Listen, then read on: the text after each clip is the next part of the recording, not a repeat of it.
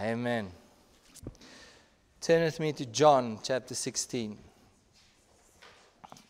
I'm realizing more and more when it comes to Christian living,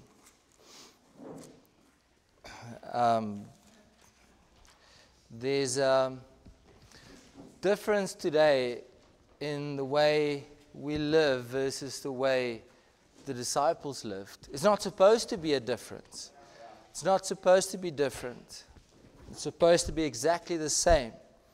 Our epistles are being written. Between Jude and Revelation, there's our epistles being written, and one day it will be read. One day it will stand as a testimony.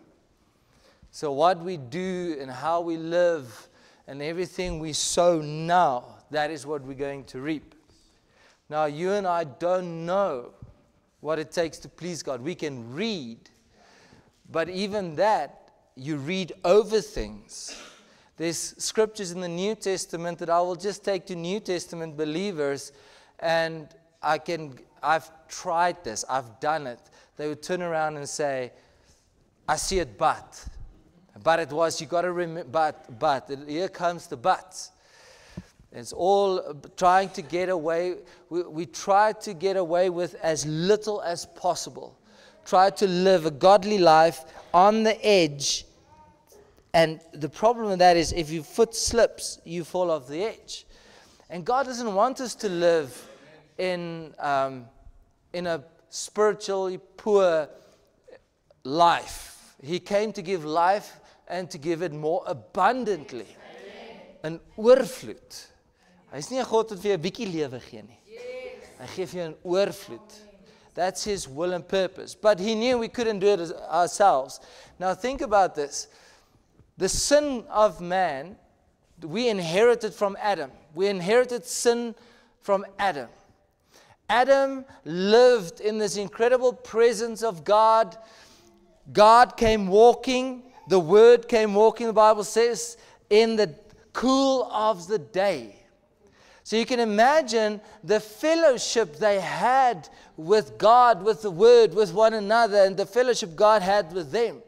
You can imagine the incredible peace, the incredible joy, the incredible life they felt because God made them to be a living soul. And He breathed into them the breath of life. He breathed, He kindled the fire, it means. He kindled the fire. He put the spirit of man in man. He breathed into his nostrils the breath, the neshama, the inspiration of life. So when man received this breath, God inspired him. That was the plan, for man to live in the presence of God, but with the breath of God, with the life of God, in God's presence. That was the plan. Then, if you look at the garden, the whole earth would have become the garden if man was fruitful and multiplied and replenished. And it's not physical things. Yes, physically as well, but it's not just physically. If you look at the meanings of that word, multiply, replenish, subdue. So He had to subdue the earth. So God put Him in place to subdue whatever needed to be subdued, not to be subdued.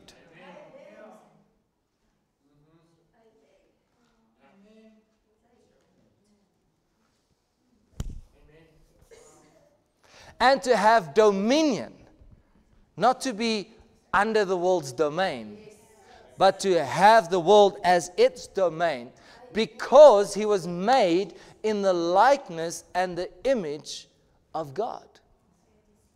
He was in the likeness, die gelykene dink ek praat Afrikaans van, but that likeness is an inward resemblance. Let the spirit of man resemble God. The image and the likeness, sorry, did I say likeness first? The image first. The image first is the inward, the likeness is the outward. So in other words, the image of God, God breathed into man. So God put His image within man, His breath He put within man. He put a nature in man. Man didn't have to sit and think, how do I bring forth fruit? How do you subdue again? It is God. God brings forth fruit. God is a fruitful God. God is, He subdues, He multiplies, He replenishes. God has dominion. So God put all these things within man for man to then, in the likeness, in the outward manifestation of what is going on in the inside, live it out in the world. This thing just shows you my life. Now there's a time that I can maybe hide. Yes, everybody can fake it a little bit until God puts the press on, and then all of a sudden this thing shows you what's really going on the outside, and we manifest it to everybody. And so too, God wants us to manifest what He has put inside of us to the outside. Now Satan came in and said, well, I cannot overthrow God, and I cannot go up against God. But what I can do is, I can let man join to my will and my purpose, and let them be disobedient to God. And then the image and the likeness on earth will be marred and scarred. And God sat back. I'm paraphrasing. This is not in the Bible, but this is my mind. God sat back. It's like, I've got a plan for that too. Do your best.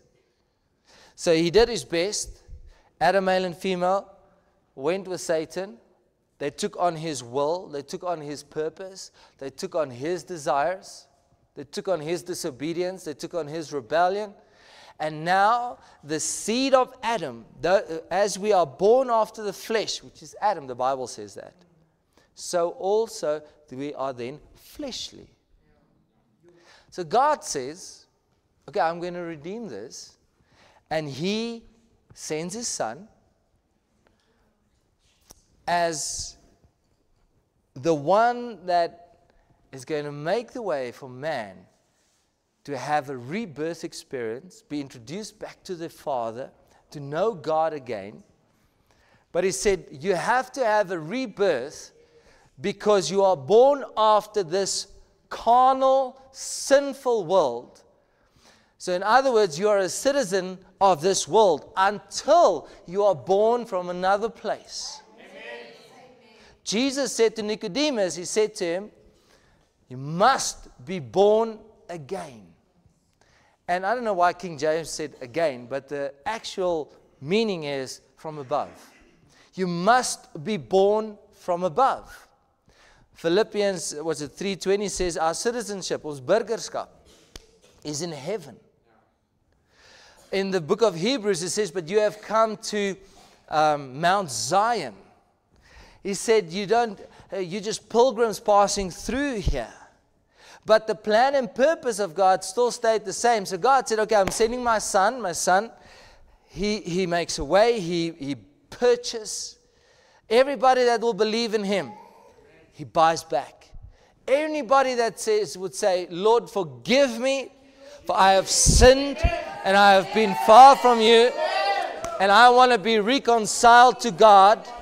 Everybody, He says, to them He has given the power to become the sons of God. To them He saves. To them He redeems. He buys them back. He purchases them. And He bought us with His own blood. But then He says, now we still have a nature problem. We still have a birth problem. You still need to change your citizenship. You need to be as, this is 1 Corinthians 15, after the first Adam we were born, flesh, He said, now also after the second Adam, which was made a quickening spirit, a living spirit, we will also be after the second Adam. And that's where the rebirth comes in, where we have this rebirth experience through the Spirit and through the water. And all of a sudden, we lose our citizenship for this world. And we gain our citizenships in heaven. But not to just sit there, oh, it's so good to be saved. No, to be restored to the plan and purpose of God in the garden. So God comes and He says, the first time around, He says, I breathed into you the breath of life, and man became a living soul. And Jesus comes to the disciples, and He says, you know what? You have to receive the Holy Ghost or the Holy Spirit. And He breathes on them. He just breathes on them. And He says, receive the Spirit. Nothing happened. The Bible didn't say they started speaking in tongues. Nothing. The Spirit was not poured out. But I believe He was making a demonstration of the breath that's going to be restored. And He said to them, go tarry in Jerusalem until I send the promise. So here they are, sitting in Jerusalem, praying. And then one day, there came a rushing, mighty ruach, breath, wind. And let's go there, Acts 2. This is exciting. This is life.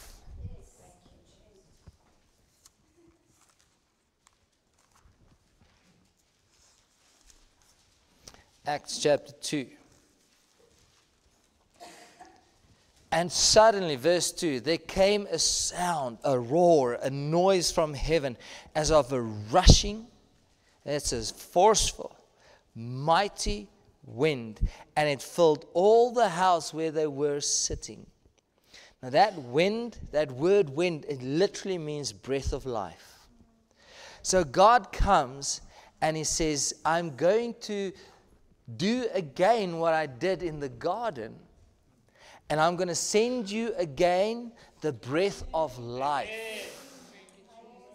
so that you can again become alive, because sin is death. The wages of sin is death.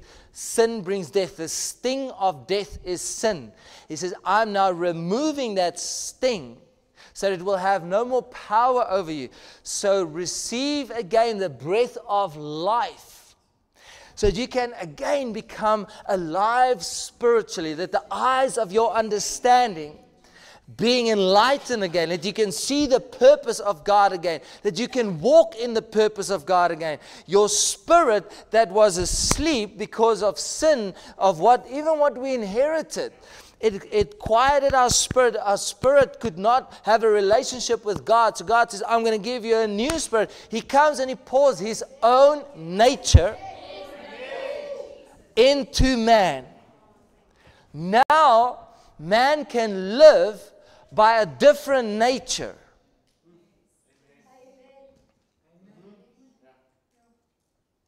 Hy sit letterlik 'n goddelike natuur binne mens. En hy sê, nou hoef jy nie meer volgens die sondige natuur te lewe nie, maar jy kan my goddelike natuur deel. Dis wat hy sê in Titus. That excites me. Do you know what that means? Apparently you don't. But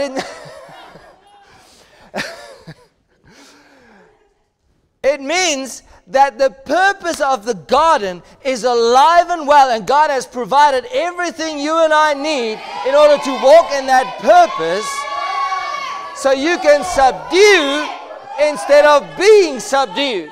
So you can have dominion instead of being under a false dominion, a worldly dominion. You can bear fruit, you can multiply, you can replenish, you can have this intimate knowledge, this intimate relationship with God. You can have an experience with God that you could not have until the Holy Ghost or the Holy Spirit came and He put it inside of you. Now, there's a new nature. And this is what Jesus said, go and you shall receive power when the Holy Ghost comes on you. It is the dunamis power, and it means the natural strength of a thing because of what it is. Like a cheetah, the natural strength is speed. So naturally, God put within man something that he can now naturally live by. and have the ability and the strength and the force to live it out. So again, the enemy comes and tries to get us to mix with the world. Bring in worldly thought patterns, worldly music, worldly ideas, worldly ways. Your soul, your mind needs to be transformed still, but your spirit is ready to go. Your spirit is like, where's the faith? Let me live it. Let me breathe it. Let me breathe life in you. Your mind thinks back of 19 Futsak, when that happened, and you bound in that, and you bound in that, and you bound in that, and you're sinful in that, and you remember the sin, and you remember the hurt, and you remember the pain. Not that it's not important. I'm just saying, God didn't call us to live there. He says, leaving the things, I stretch forward. I made a new creation. So what do I do with my pain? What do I do with my disappointments? Let me show you what you do. You step on it and you reach for greater. You step on it and you reach for God. And sometimes there's going to be a wrestling, and sometimes there's going to be a war, and sometimes you're going to have to bring your mind back to God 1,000,000 times a day until your mind is so transformed that you're full of faith and full of everything that God has for you and wants for you. And then the great thing about it is, God said, I know you don't know how to do it, but my Spirit is going to lead you. So the Spirit today, He is still a person. He is the third person in the Godhead. I don't know why people struggle with Trinity, and there's three persons in the Godhead. That's clear. He is the third person. He's not an it. He's not a feeling. He's not goosebumps. He's a person.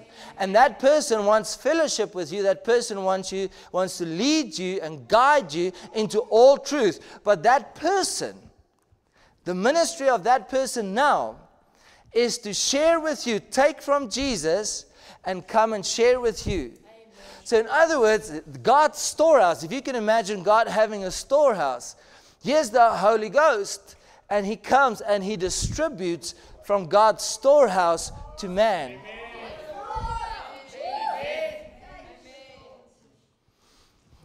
So you can see what a big, can I call it a sin? I'll call it a sin, because sin is disobedience. What a big sin it is to limit the Holy Ghost to a worship service, limit Him to the gifts. The gifts will operate, but He doesn't want to be limited there. The gifts are not going to do anything for me. If I can prophesy till the cows come home and still miss it. I can have the gift of healing and pray for everybody for healing and still miss it. Not that we shouldn't. We should. But He wants to lead me and guide me into my purpose, which, yes, involves the gifts. But so many times I see the gifts, it's like we compartmentalize our lives. This is work, this is church, this is the gifts, and this is somewhere in between where, I don't know, something else has to happen. And we divide it up. Instead of having our lives, whether I'm at work, whether I am at church, whether I'm wherever I am, it is one big scene before, it is in any case before God. So John 16, verse 12.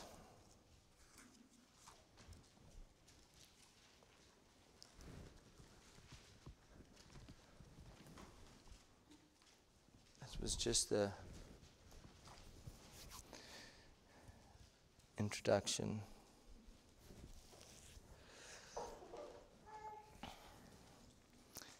Listen to this. He says, I have yet many things to say unto you, but you cannot bear them now. So Jesus said, there's lots I have to tell you, but you can't hear them now. You're not in the place. It's not the season. It's not the time. You cannot get what I have to say now. But, He says,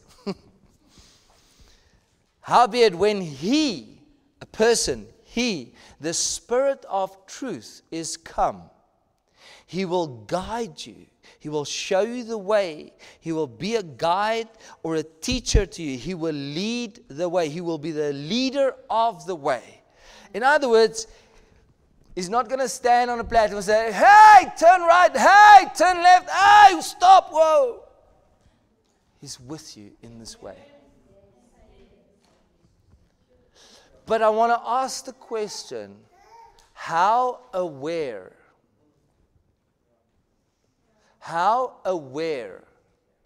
are we of the Spirit? Because if we're not careful, we miss the leading of the Spirit. And we will make decisions not based on the Spirit, not based on where the Spirit leads me, if I'm not aware. If I don't have this fellowship with the Spirit, and we're busy looking at that, then I will never be aware when He speaks, because He speaks so softly, He speaks so gently, that I can very easily just miss it.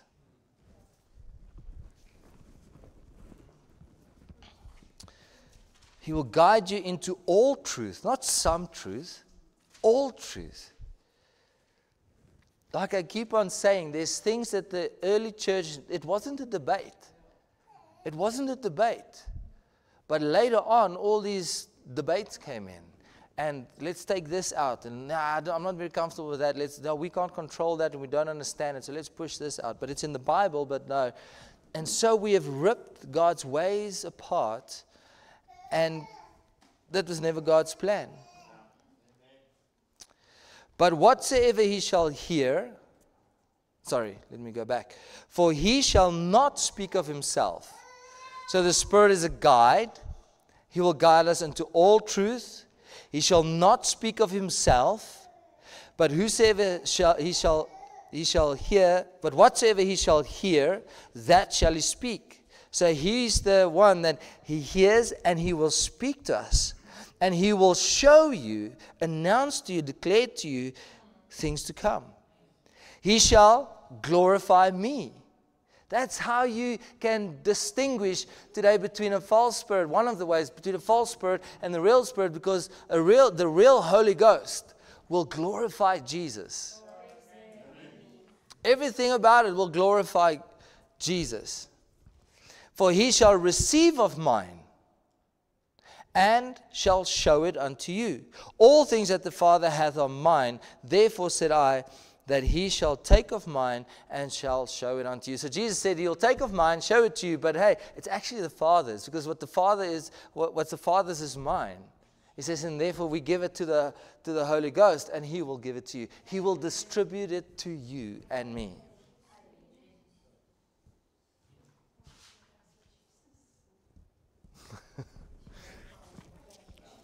I think it's exciting. So He takes what's of Jesus and He gives it to us. He distributes the things of God to us. Everything the Father has, the Son has, He says, and the Spirit comes and He interprets what they have to us. And God has a storehouse that the Spirit is the keeper of, and He just hands it out. Now, everything the Spirit does is to glorify Jesus, build His body, glorify Jesus. It's not for itself. Now in 1 Corinthians 12 verse 13, you don't have to go there, it said we have become members of the body of Christ through the baptism of one Spirit. In John 3 verses 5 to 8, let's go there, John 3. So through the Spirit we become part of the family of God. Through the Spirit, God brings us close into the body. That's 1 Corinthians 12:13. You can go read it. I didn't write the Bible, luckily. I'd be very upset if I wrote the Bible.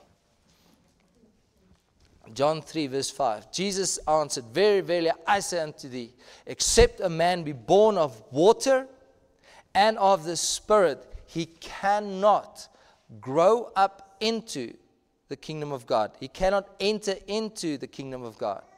Now that word enter, like I've told you before, it's not like going through a door, stepping into the kingdom. It is a growing up into. Listen to this. It means to come into existence and begin to be. Come into a condition. In other words, it's not a door you step in, oh, wow, wow, wow, wow, wow. The Spirit is never for passivity.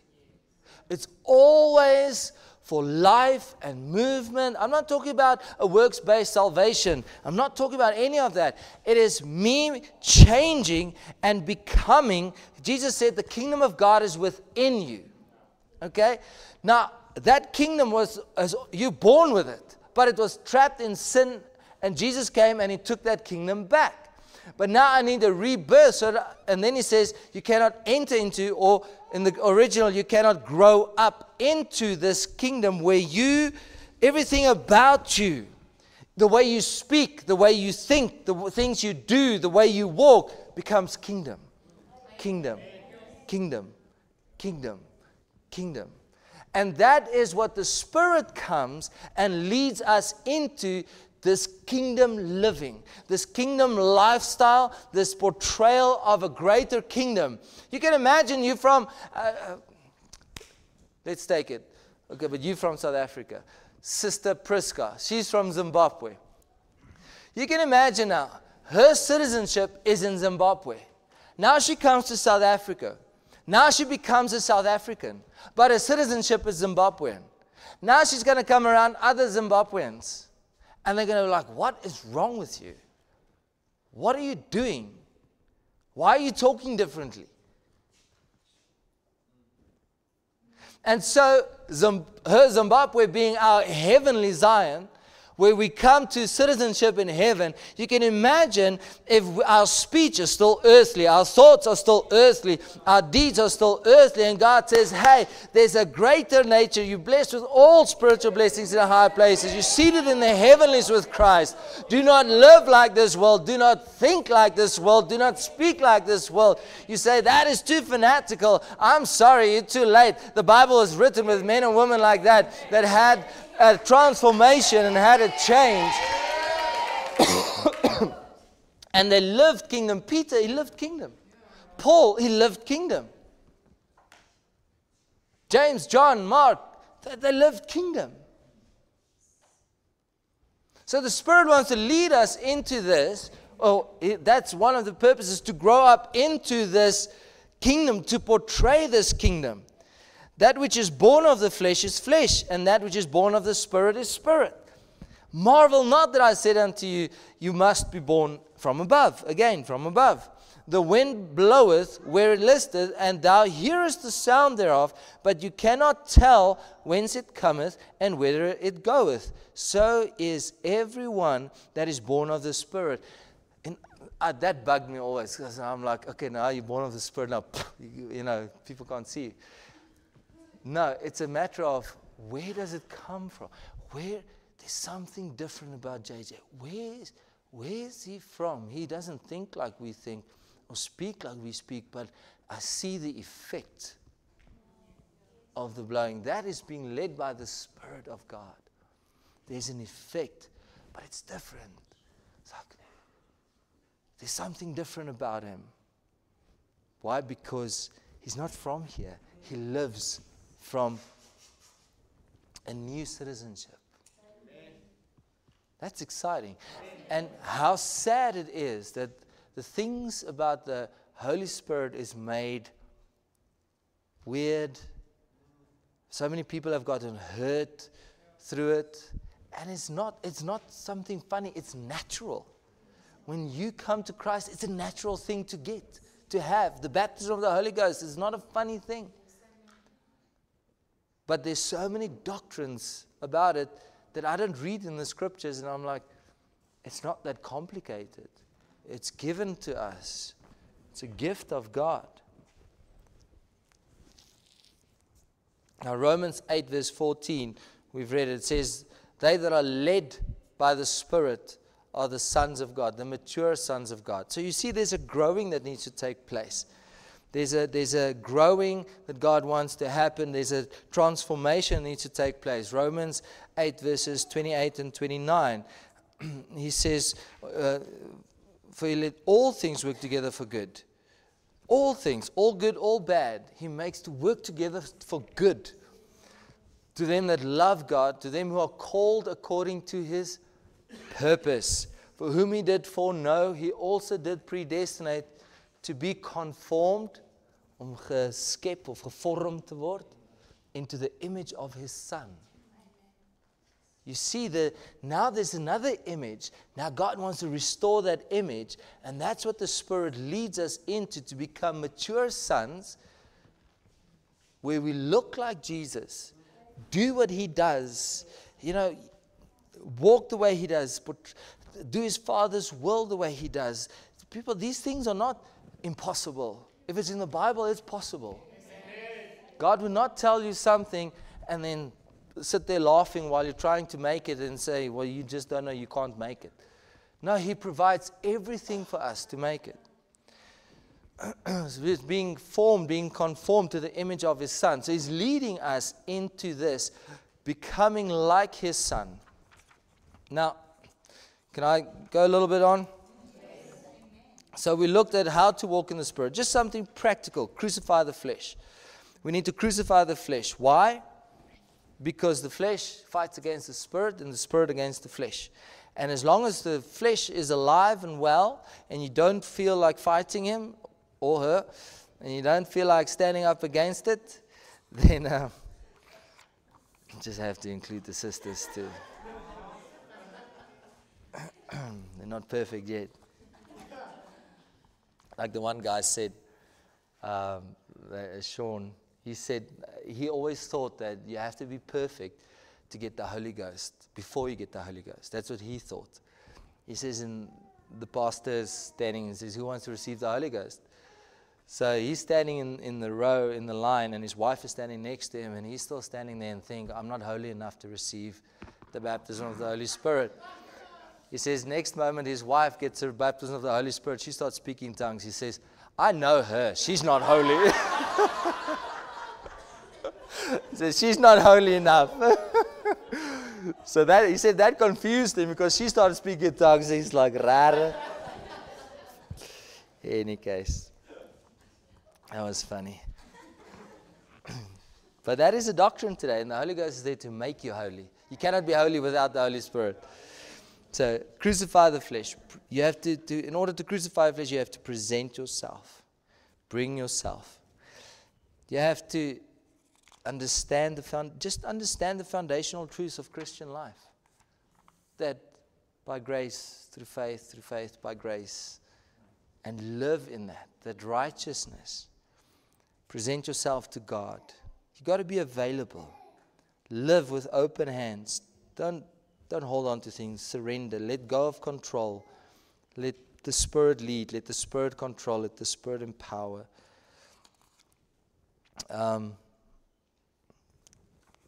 Get into the Word. Get your daily nourishment. We fill our lives up with so much stuff that doesn't bring life. You say, do I have to live in the Word? Well, it depends. Depends on, where you want to live. Do you want to experience the things of God and live in the presence of God and experience the Spirit? Then you have to nourish your spiritual man. Your spiritual man does not live on braaivleis and braaibroodjies. Doesn't. Even though God does like meat on a grid, it doesn't mean that. Man shall not live by bread alone, but by every word that proceeds out of the mouth of God. And if you struggle to hear the voice of God, open the Word and let God's Word speak to you. But nourish your spiritual man. People, there is no way, listen to me carefully. I am willing to be very bold about this. There's no way you and I will be able to stand in these last days if we don't get the Word inside. No way. And you don't have to sit and read for 3 hours, but within 3 hours you can at least read 3 times maybe.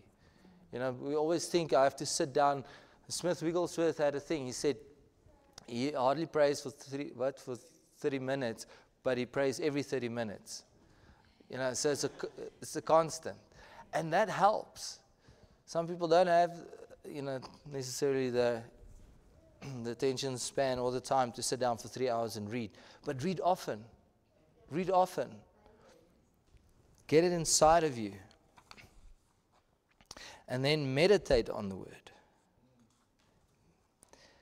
And this is where we stopped the last time. Colossians 3:16. Let's turn there. How long have I been going? Colossians 3:16. Ag nee wat. Dag is nog jonk.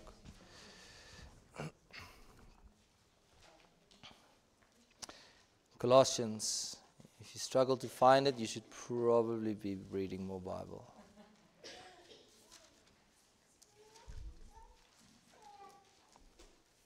Let the word of Christ dwell in you richly.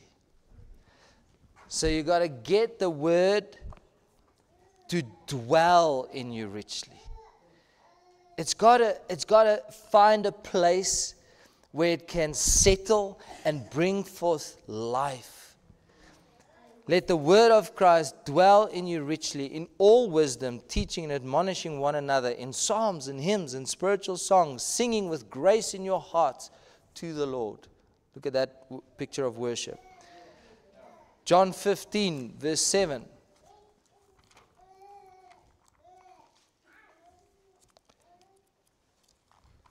John 15, verse 7.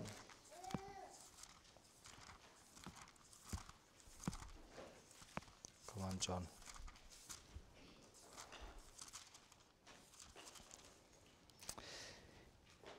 If you abide in me and my words abide in you, you shall ask what you will, and it shall be done unto you. See, God wants His word to not just be heard, but abide.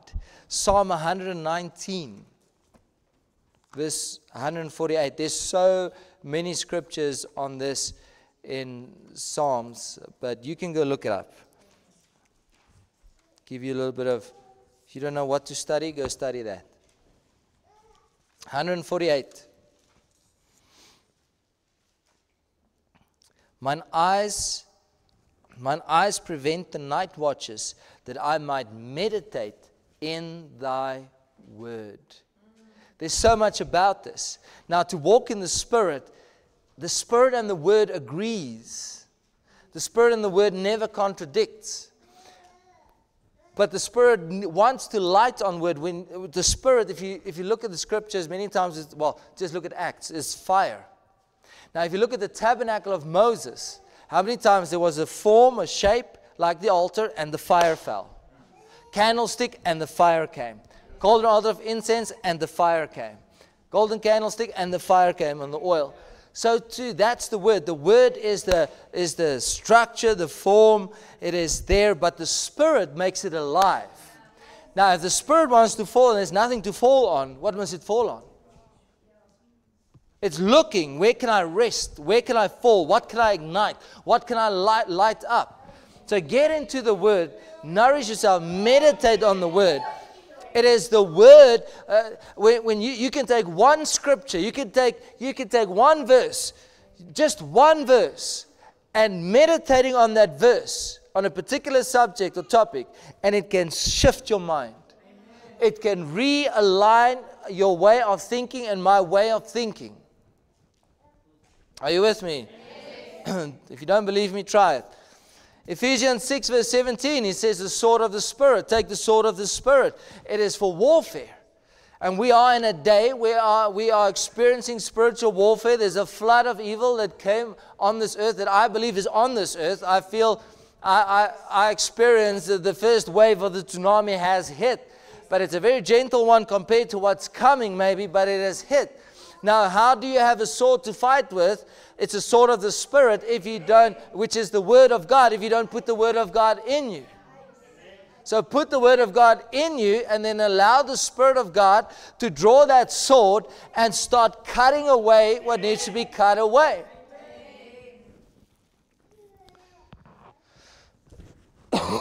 Excuse me.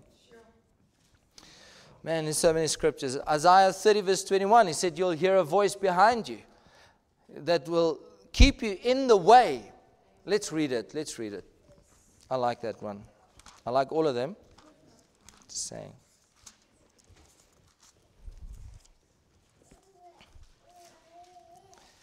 And thine ear shall hear a word behind thee saying, this is the way, walk ye in it. You know, just that, if we would just listen to the voice, instead of looking to the newest fashion, church fashion, Christian fashion, just listen to the voice of God saying, don't turn here, turn there, go here. He will lead us in the way. This is the way. Walk ye in it when you turn to the right hand and when you turn to the left. So he wants to keep us. That's a new covenant. He says, I'm going to put it inside of you. I'm going to write my laws in your mind and on your heart so that you can do them. And how's that? It's a spirit leading you. Don't do that. Do that. Forgive. Don't be hurt. Forgive. Don't be anxious. Trust.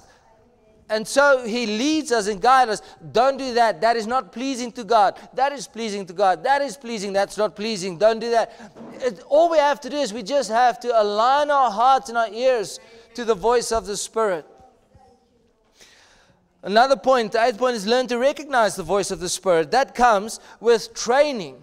We are trained to recognize the voice. How? When we get transformed through the Word and spend time in prayer and spend time in worship. We have to spend time. And hearing that voice, the voice of God, here's the thing, do not get confused between feelings and the Spirit. Sometimes, yes, God gives you peace, but peace is not a feeling. It's a state of being.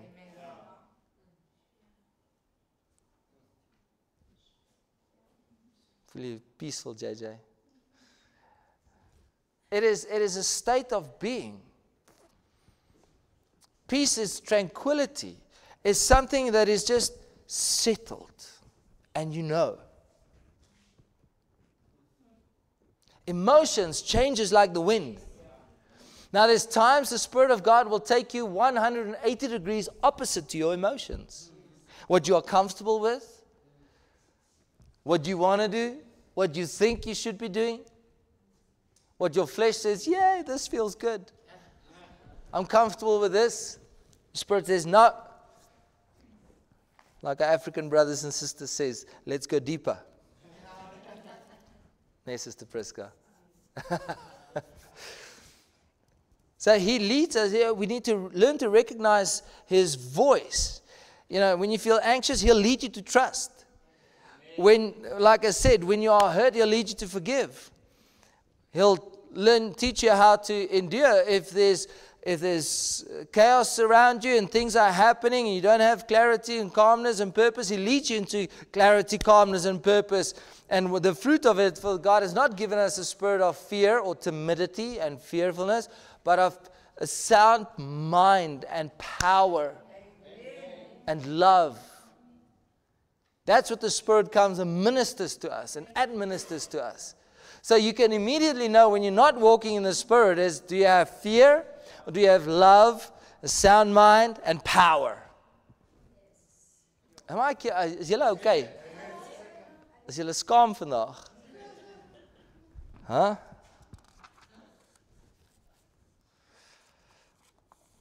So learn to recognize the voice for spending time. Also, cultivate a relationship with the Spirit. This is not something we are used to. Philippians 2 verse 1 speaks about the fellowship of the Spirit. It says in Ephesians and Romans, it speaks about do not grieve the Spirit. So the Spirit can be rejected. The Spirit can be fellowshipped. There's love of the Spirit. Now, nowhere in the Bible does he say we need to speak to the Spirit or pray to the Spirit, but there's nowhere anything said about it.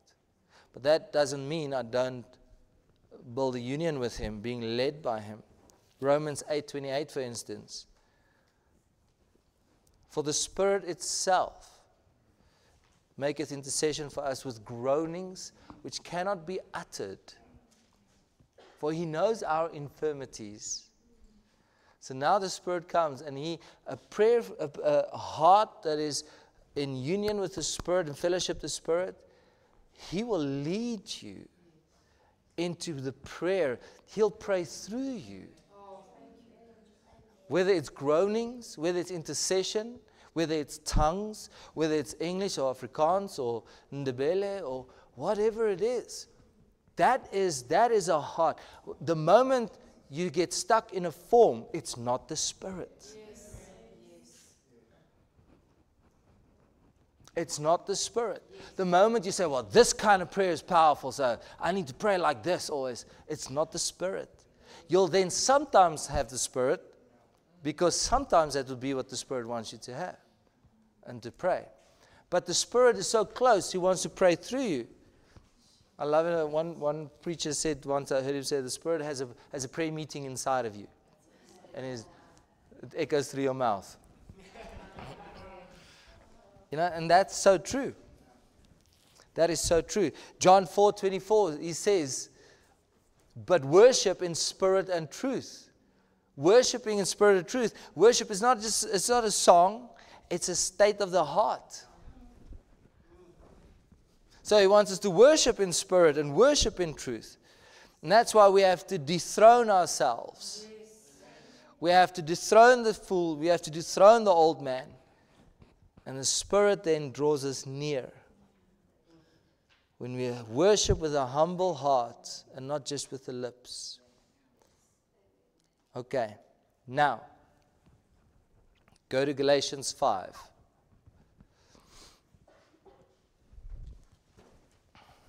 I'm going to try and do my best with this. I've got a little bit more time. When you walk with the Spirit,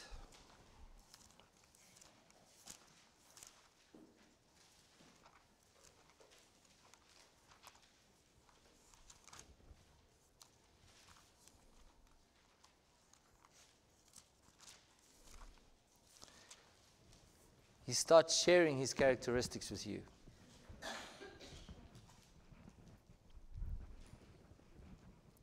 Galatians 5, verse 22. But the fruit of the Spirit is love, joy, peace, long-suffering, gentleness, goodness, faith, meekness, temperance, and against such there is no law. Go to Revelation 22. So how many fruits did you count there? 9. Revelation 22 from verse 2, it says, in the midst of the street of it, and on either side of the river being the Holy Ghost, that's a study for another day, was there the tree of life, which bare 12 manner of fruits. Okay, let's go back to Galatians. Just wanted to put that out there. So now you're walking with the Spirit is leading you, the Spirit is guiding you. So what the Spirit is doing now, remember the Spirit is the Spirit of God that is a new nature within you. But now it needs to bear the fruit of it. So the bearing fruit is not laboring, it is yielding. Now He's working in me, the fruit of the Spirit. And He starts off with love. He starts cultivating love, agape love. Agape love. Now, love is only love if there's a recipient of that love. You cannot say, I love you, but you don't receive my love. You don't receive the acts of love. Benevolence is generosity, for instance. Agape love, as we had the study in short, it is still for me to be concerned with your best interests. Interest. I have your best interest at heart. Yeah. So everything about me, you live to uplift me and build me up. I live to uplift you and build you up. That's agape love. So the first thing the Spirit does is He leads you to love, agape love. Amen. To have somebody else's best interest at heart. First, God's best interest at heart. What God's plan is, what God's purpose is, I live to fulfill that. And included in that is man. That's why it says you cannot say you love God but hate your brother. Then the second one, joy. Now this joy is not an emotion. Happiness is an emotion. You can be happy today and sad just 5 minutes after that. But joy is an inner settling. Joy is an inner calm and a calm delight. So it's not an emotion. You get some people that are just happy people and some people that's just not. Doesn't matter what day they have, whether it's good or bad, the emotion's always bad. Or good and bad, the emotion's always good. So this joy, He leads you into this calm delight, to have this delight in your Father that's in heaven, that you know Him, and this world is not your home, you're just passing through. Peace. This word peace is quietness, it's tranquility, it is to be joined to and therefore have peace and be in the state of peace. It is tranquil, there's no warring on the inside. When we walk in the flesh, there's this warring on the inside. When we yield to the Spirit, here comes the peace. Long suffering. Now, long suffering, I like this one because long suffering, I always thought, you got to have patience with people and people, yes, that too. But it actually means an endurance and a perseverance. And a carrying of injuries patiently. In other words, you're walking through your life and you are walking with God and things happen. We get setbacks, we get hurt, we become injured. But the fruit of the Spirit is going to cause us or lead us. One of the fruits of the Spirit is an endurance. You carry on. You carry on. You take that injury patiently. It's okay. It's okay. I forgive you. I forgive you. It's a strength of mind that enables a person to encounter danger or bear pain or adversity with courage. This is what it means, long suffering. As I read it again. It's a strength of mind that enables a person to encounter danger or bear pain or adversity with courage. Get the tape. Okay. You can have my book. So you see, it takes a double-minded man, it makes him a single mind, and gives you this, you just carry on. You could just carry on. It's one of the fruits of the Spirit. So how many times have you felt, man, I just want to give up, and then you can't? It's like the Spirit just picks you up every time and says, no, get up and go again. Hey,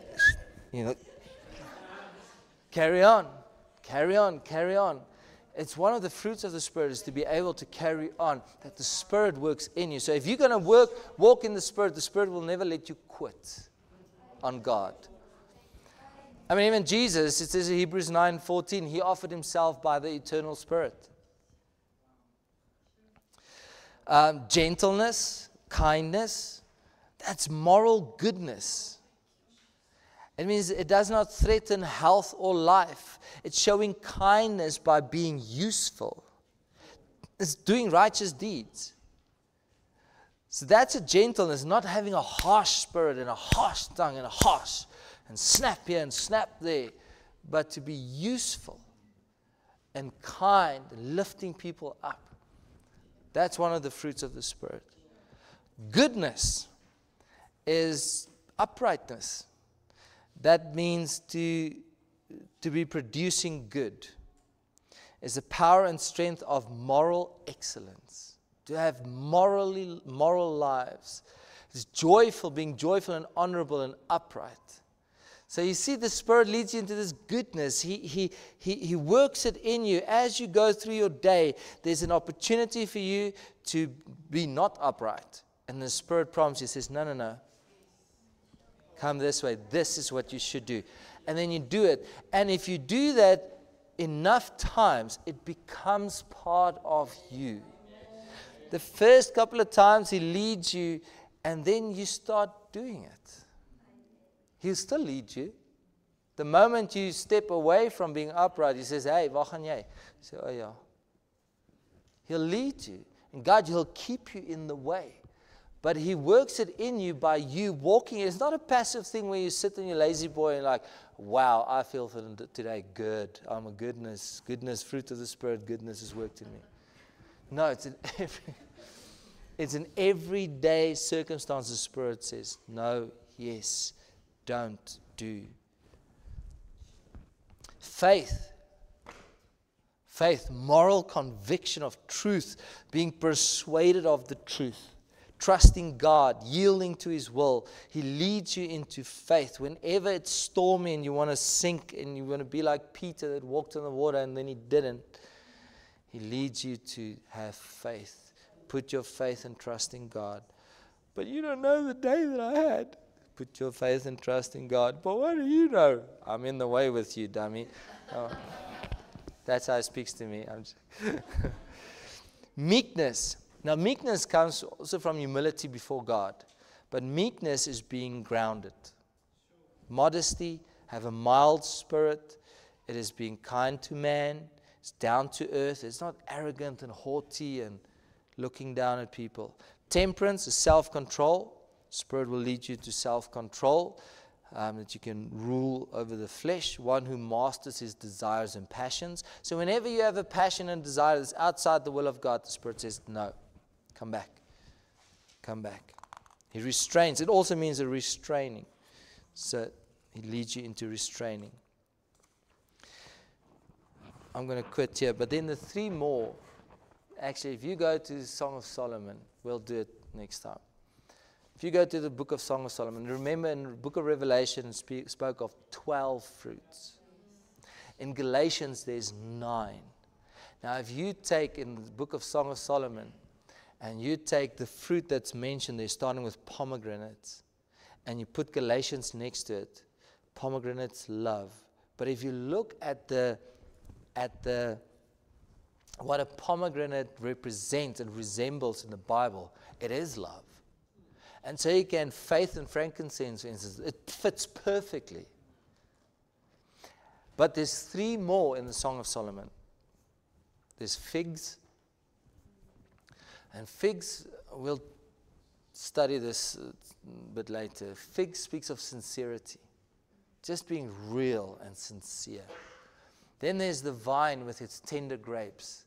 Now a vine will take on any form that you put it on. It speaks of surrender.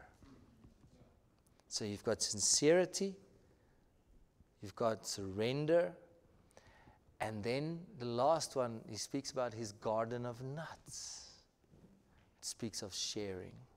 Sharing is part of the fruit of the Spirit that the Bible speaks about. So that brings us to 12. There's 12 in the book of Revelation. And then Revelation 14 says it so beautifully, talking about those that are found on Mount Zion with him. They went whithersoever he went. But in the Greek, even it reads, they walked as a mirror reflection of him. And that's what the Spirit of God wants to come and do in our lives. Yes, there's the power of it. Yes, there's the gifts of it. But there's also the character of it.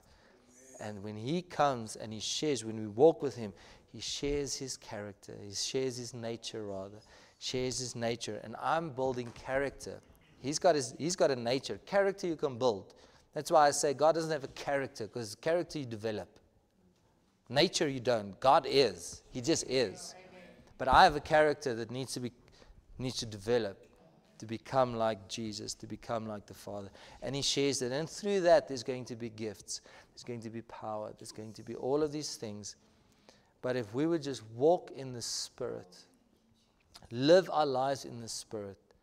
You know, you're not going to have to, we do sometimes. There's major decisions we make in life, major ones.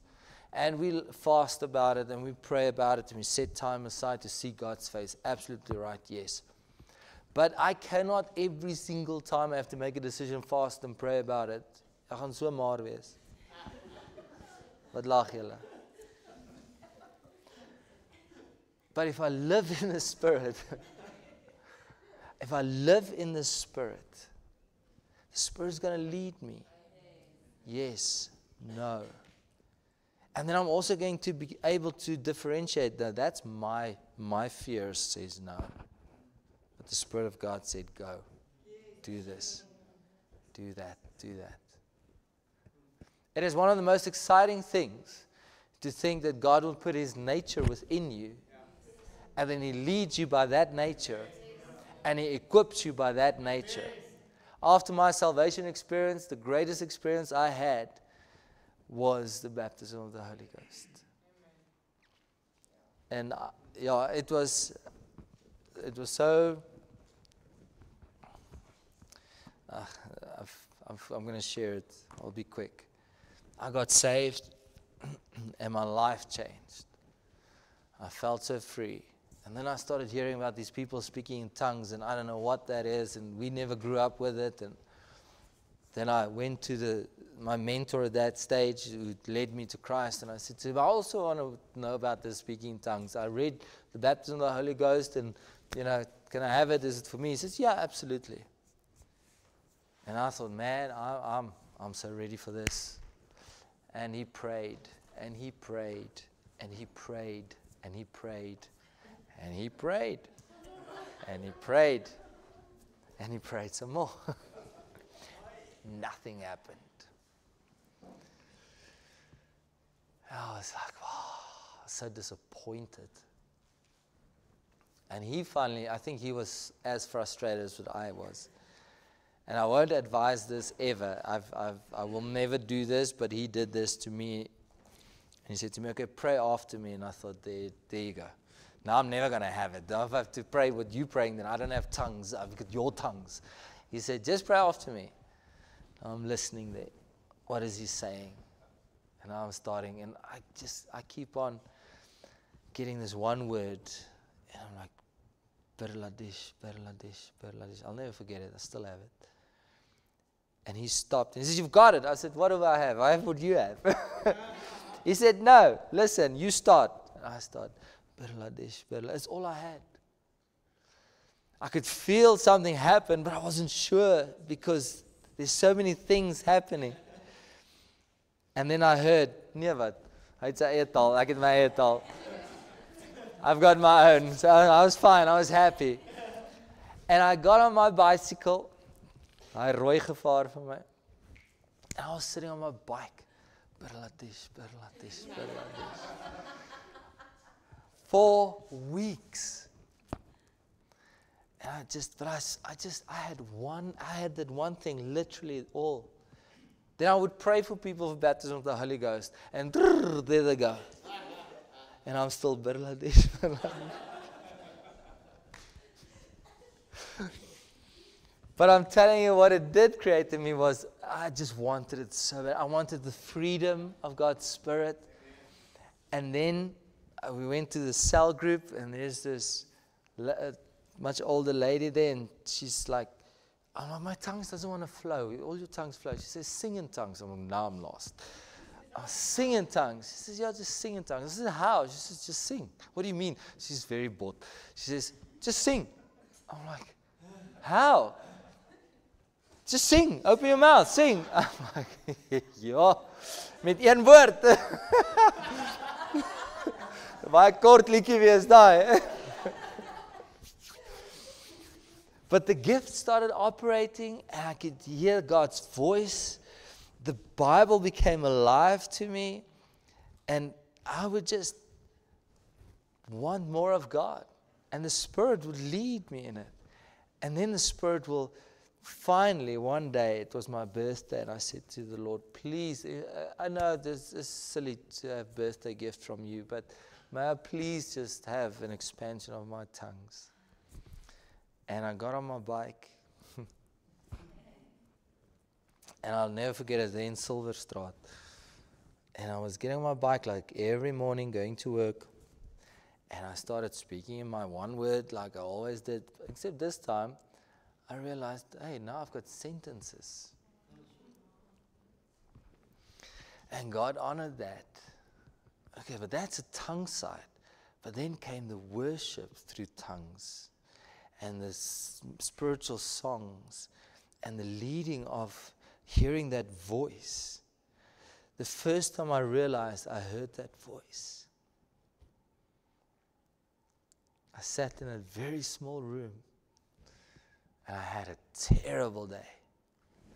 And you know, people around me, I mean, I was a new Christian. I was brand spanking new. You smelled the plastic on me still.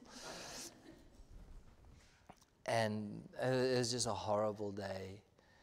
And I sat on my bed, and man, I was griping.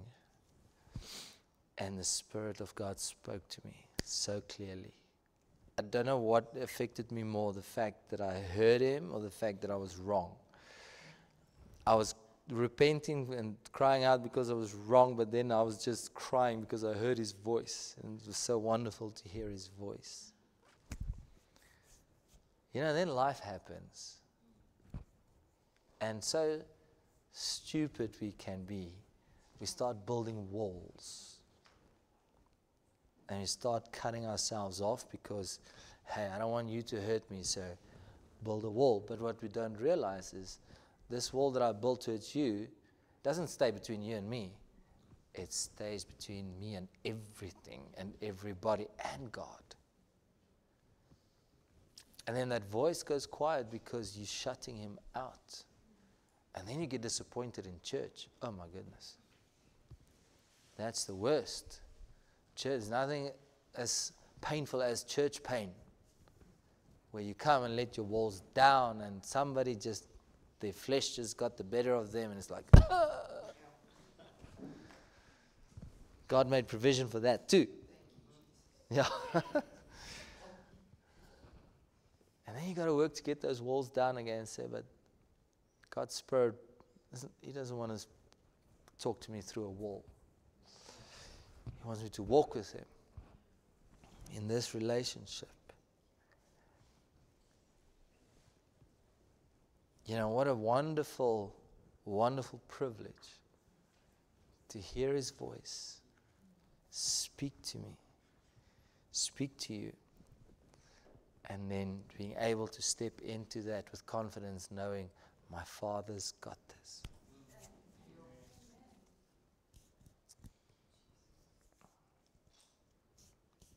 My all-powerful, all-knowing, all-loving, all-holy Father has got this.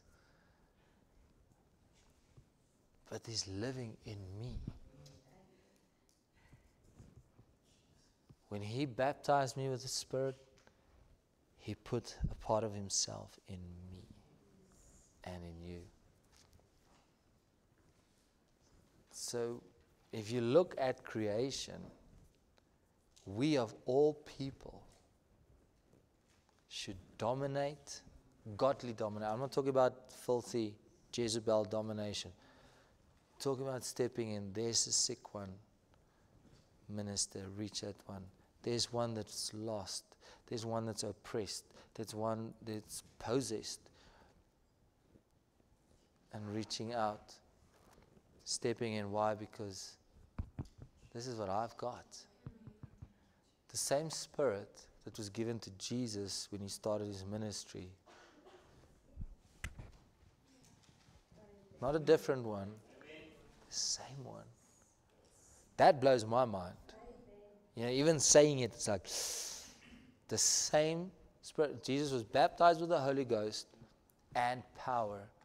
And then it says, when He was baptized with the Holy Ghost, He was driven into and led into the wilderness to be tempted, and He came out with power.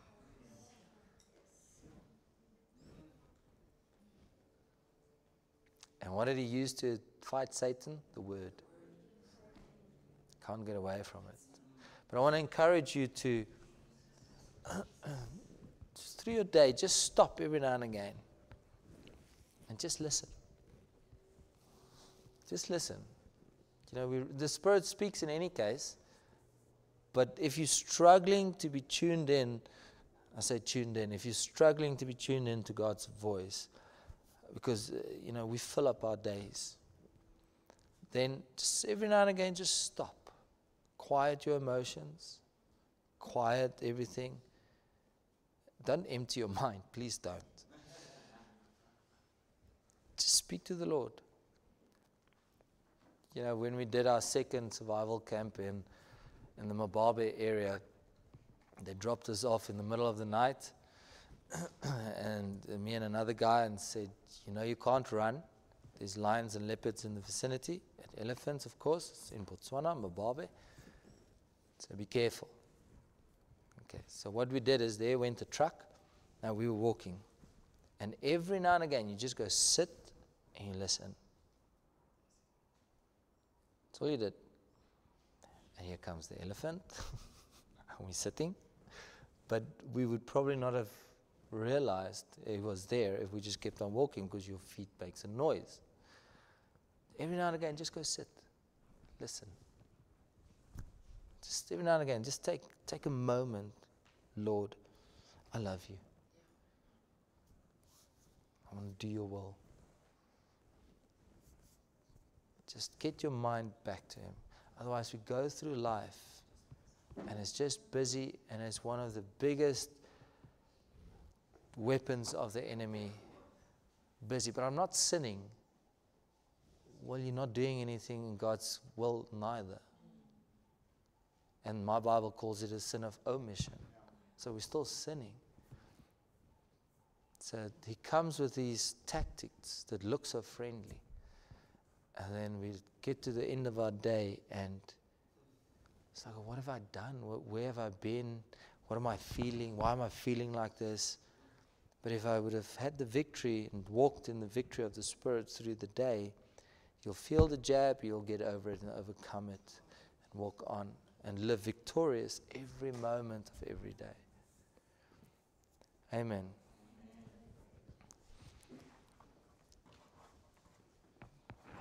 Lord, we just thank you for the privilege that you have given us to be baptized with your Spirit, to have your Spirit dwelling inside of us, to be able to be led by your Spirit.